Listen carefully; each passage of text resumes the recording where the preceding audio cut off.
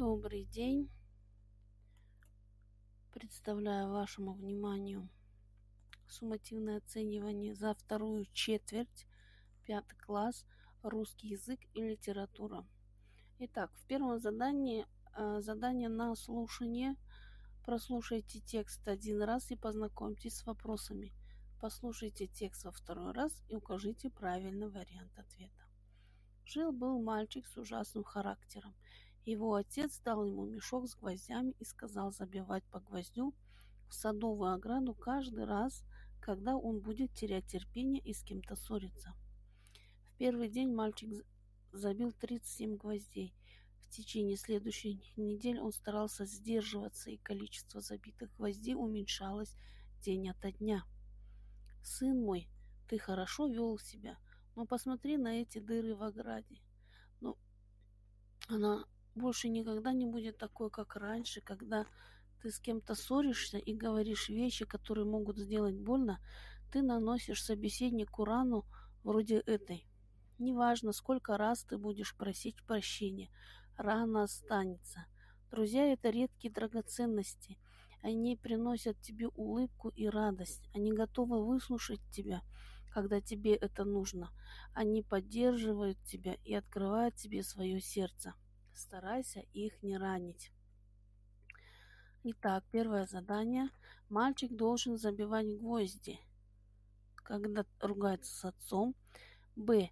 Когда будет с кем-то ссориться. В. Когда будет находить новых друзей. Вариант Б. Когда будет с кем-то ссориться.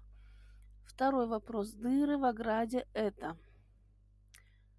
Вариант Б. Раны в душе людей. Вопрос номер 3. О чем хотел сказать автор? Запиши одним предложением. Вариант ответа. Друзья – это самые верные люди, которые нужно беречь. Вопрос номер 4. Какая пословица отражает содержание данного текста? Вариант В. Верный друг лучше сотни слуг. Пятый вопрос. Какова основная мысль текста? Вариант В. У человека должно быть много друзей. Итак, следующий навык – это чтение. Прочитайте текст, выполните задание. Интересный и важный вопрос, который можно задать себе, это кем я хочу быть. Сейчас, будучи учеником и познавая мир, у меня есть время для неспешного выбора, возможно, всей своей жизни. Выбор будущей профессии – чрезвычайно важное занятие, так как уже сейчас можно выстроить план и приближать себя к заветной цели или профессии. Мне лично нравится перспектива работать на себя, потому что это дает свободу и разнообразие в трудовом процессе и в жизни. Люди, которые работают на себя, это бизнесмены и частные предприниматели, которые, с одной стороны, контролируют целые процессы, а с другой стороны, берут на себя ответственность за свои действия и получают хорошие деньги. С одной стороны, это свобода выбора и возможность хорошо зарабатывать. С другой стороны, это риск. К примеру, можно работать на другую компанию и получить солидную зарплату. По факту ничем особо не рискуя, как своей работой. Но когда ты бизнесмен, нужно учитывать много факторов. Так, задание к тексту. Первое. Почему выбор профессии так важен? Вариант В – это способ приблизить себя к цели.